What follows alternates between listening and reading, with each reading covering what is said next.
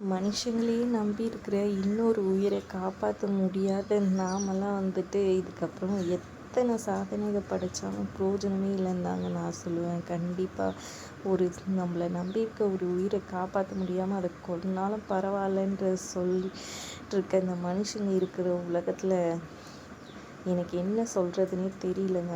நிச்சயமாக இந்த மனுஷங்க இதுக்கெல்லாம் ரொம்பவே கண்டிப்பாக இதுக்கான தண்டனை மனுஷங்க கிடைக்குங்க சொல்கிறேங்க. போராடுறாங்க. உங்கள் வீட்டு குழந்தைங்களை கடிச்சாதான் உங்களுக்கு தெரியும்னு சொல்கிறாங்க. அந்த போராட்டத்துலேயும் எத்தனையோ குழந்தைங்க இருக்குது. ஏன் அந்த குழந்தைங்களையெல்லாம் கடிக்கல?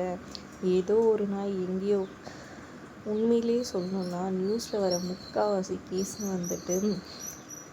வீட்டில் வளர்க்குற நாய்ங்க தான் குழந்தைங்கள கடிச்சிட்டு தான் வருதே தவிர தெரு நாய்ங்க எங்கேயோ ஒரு சிலர் தான் வருது.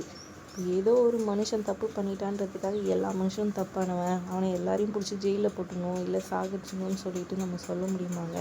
அந்த மாதிரி தாங்க மனுஷ பையனுங்க சொல்கிறாங்க. இந்த வாயிலா ஜீவன்களை கொன்று போட்டுச்சா கூட எவனும் எதுவும் கேட்க மாட்டான், அடுத்த வேலையை பார்த்துட்டு போயிடலாம் அப்படின்னு இருக்காங்க. இதெல்லாம் சுலபம்னு நினச்சி நாய்ங்களை வெறுக்கிறவங்களும் இதை சொல்லிகிட்ருக்காங்க. அந்த தெருவில் இருக்க நாய்ங்க இல்லைன்னா கண்டிப்பாக மொத்தமாக நம்மளை சுரண்டி எடுக்காமல் மொத்த கூட்டமும் தூக்கிட்டு போயிட்டே இருப்பாங்க.